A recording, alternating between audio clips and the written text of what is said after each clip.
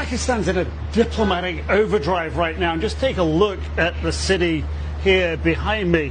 That should all be bright lights right now. There are power cuts in Islamabad because the cost of gas is going up. It's going up because of the blockade of the Strait of Hormuz, the war between the United States and Iran. And right now, Pakistani diplomats, their top diplomat, Field Marshal Asim Munir, in Tehran, meeting with Iran's foreign minister to try to move the talks forward with the United States, trying to get Iran to soften some of its positions. President Trump has indicated that talks could be coming soon, perhaps not in a couple of days, but definitely if there are going to be talks between the United States and Iran, it looks like being here in Islamabad. But I say diplomatic overdrive because it's not just the Field Marshal, the Interior Minister who are in Iran, but right now Pakistan's Prime Minister, Foreign Minister and Information Minister are in Saudi Arabia. They're going to Qatar, they're going to Turkey as well.